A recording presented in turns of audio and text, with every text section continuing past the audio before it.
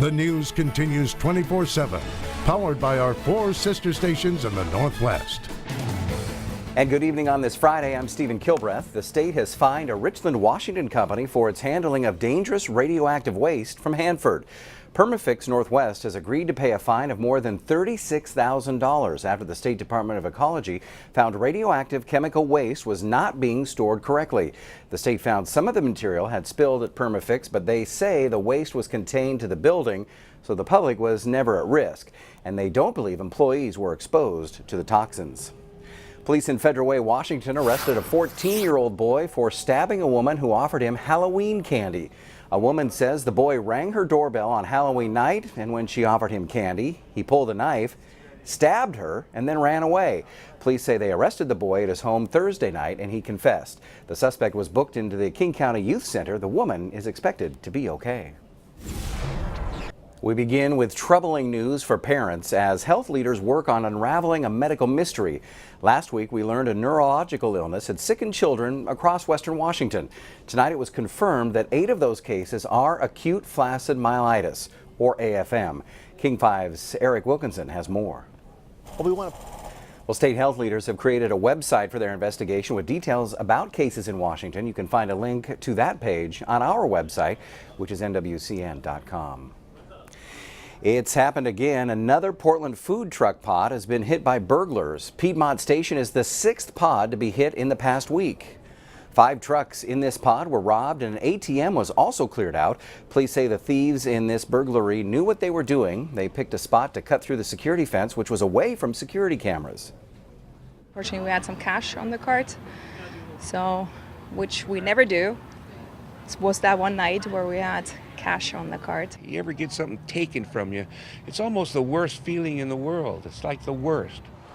Many of those carts were still able to open for business on Friday. According to new documents, the suspected Cascade Mall gunman hid out in Seattle after his shooting spree in Burlington, Washington. Documents show his cell phone was near Pike Place Market the day after the shooting, but didn't give any information on why. The paperwork also says that after his arrest back in Oak Harbor, he was willing to talk about some details of the shooting, but would not provide a motive and remained unemotional for most of the interview. Also included in the documents are witness accounts from inside Macy's and interview with Chetan's stepfather, and we'll bring you more information on that in our overnight edition. A Western Washington woman was killed in her bed early this morning by a man who says he was just trying to stop a car thief. The man fired his weapon and a stray bullet fatally struck a 61-year-old disabled woman as she lay in her home 2 blocks away. Her son found her bleeding, neighbors grieving over her death. She treated me great, and we kind of had a deal where she watched out for me because I'm diabetic and I've had 1 stroke, and she just didn't deserve it. Well, the shooter was arrested for assault. The alleged car thief is still at large.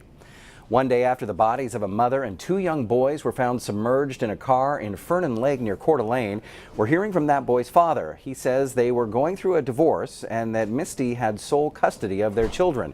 Creme 2's Taylor Vito spoke with him this afternoon. And that was Creme 2's Taylor Vito reporting. The sheriff's office says they are continuing to investigate what happened here.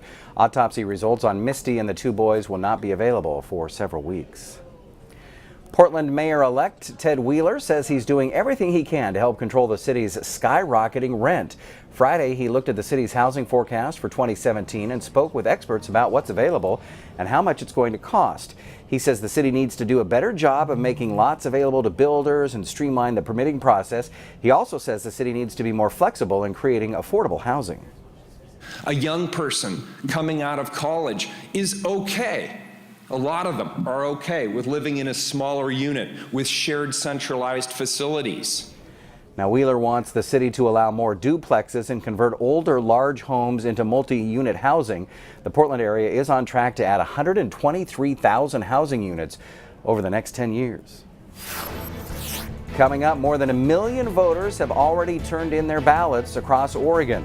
We'll talk to some voters who say they're glad the end of the election is near.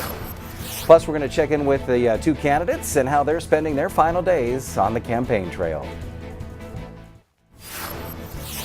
Could flooding concerns be a thing of the past? Well, coming up, what has a handful of western Washington cities breathing a sigh of relief this winter.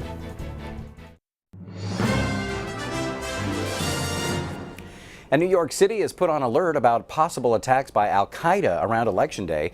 NYPD and the Port Authority said they received a heads up from federal officials, but they didn't offer any specifics. The Port Authority says it will continue its current level of patrol around airports and tunnels and bridges in the New York City area. Officials say they regularly assess all possible security threats ahead of major events.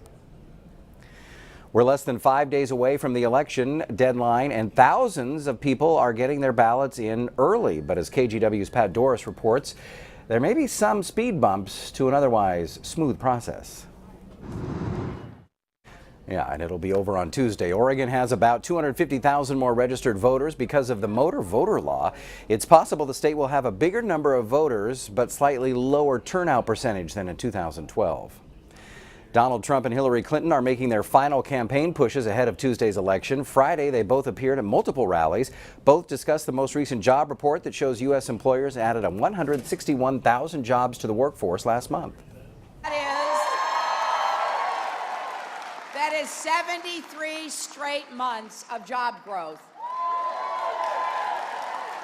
And I believe that our economy is poised to really take off and thrive. But we need to make sure the economy is working for everyone, not just those at the top.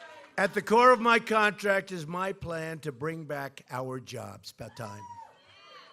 The terrible jobs report that just came out shows the number of people not in the workforce increased by another 425,000 people last month.